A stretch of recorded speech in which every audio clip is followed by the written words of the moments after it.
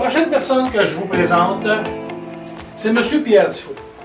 J'ai connu M. Tifo dans une discussion par rapport à un sujet qui traitait son secteur en particulier. Et j'ai aimé sa façon d'intervenir, j'ai aimé sa façon de travailler, et je lui ai demandé s'il voulait se présenter. Et Pierre m'a dit, Pierre, c'est toi.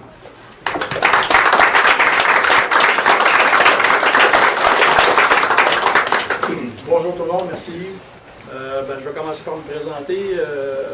Donc moi, je suis de formation ingénieur en mécanique. J'ai gradué en 87, donc ça fait près de 40 ans là, que je roule ma bosse dans ce domaine-là.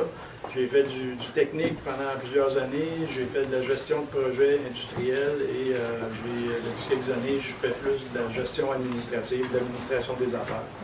Et donc, vous comprenez que le monde municipal, c'est un peu étranger pour moi, mais quand Yves m'a approché pour travailler avec lui, il m'a dit « ça, c'est pas grave, je vais te le montrer ». Donc, je compte sur toi là-dessus. Pendant que j'étais un bon prof encore. Ben, t'es un prof, fait que ça me met en confiance. Alors, donc, comme je disais, près de 4 décennies d'expérience différentes, mais quand même valables, je crois. J'arrive en début soixantaine, la retraite approche, donc le premier tiers de ma vie, je l'ai passé à Québec. J'ai grandi à Québec. Le deuxième tiers, je l'ai passé à Montréal.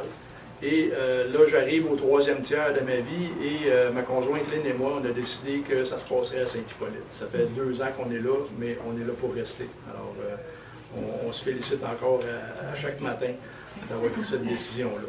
OK.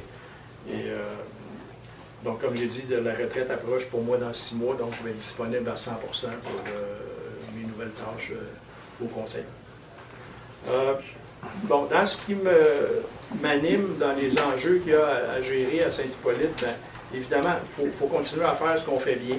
Hein, comme exemple, je pourrais vous donner la gestion des ressources financières ou des finances à Saint-Hippolyte, malgré tout ce qu'on peut entendre de désinformation sur les réseaux sociaux, on entend toutes sortes de choses. Dans les faits, les vérificateurs comptables, qui sont des experts indépendants, ont mentionné au dernier exercice que les finances de la ville étaient excellentes et qu'on avait une excellente situation financière. On a un taux de taxation qui est nettement inférieur à tout ce qu'il y a autour de nous, des villes environnantes. Donc ça, c'est des faits qui parlent. Ce n'est pas des oui-dire et de la désinformation. Donc ça, la gestion des ressources financières de la ville, c'est important. Il faut continuer à être vigilant là-dessus et je compte m'appliquer là-dessus. Un autre point qui me tient à cœur, c'est donner une orientation ou s'améliorer au niveau de l'approche client. L'administration municipale n'a pas toujours eu juste des compliments, on va dire ça comme ça.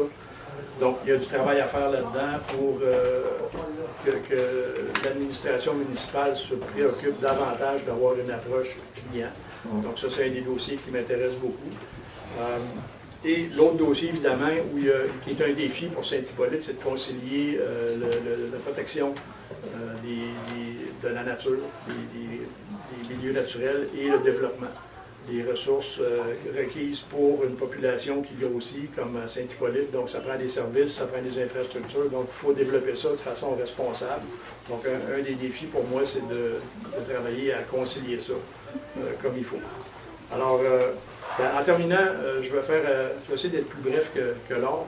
En terminant, je vous dirais, écoutez, le 2 novembre, on compte sur vous autres, puis on compte pas juste sur vous autres pour venir voter, on compte sur vous autres pour encourager les gens que vous connaissez à Saint-Hippolyte à venir voter. Merci beaucoup.